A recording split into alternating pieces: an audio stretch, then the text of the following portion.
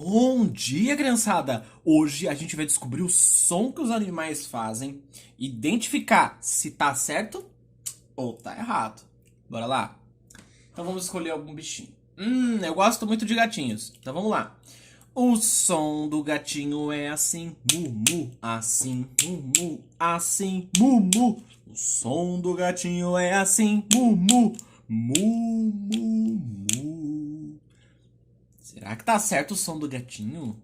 O gatinho faz miau. Então vamos lá.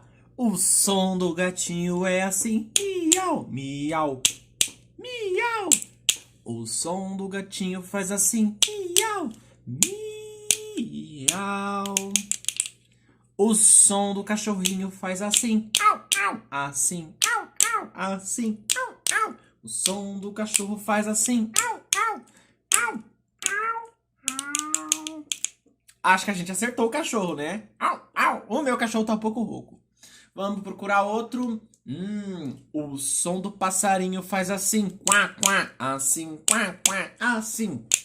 O som do passarinho faz assim, quá, quá, quá, quá, quá. Será que o som do passarinho é esse?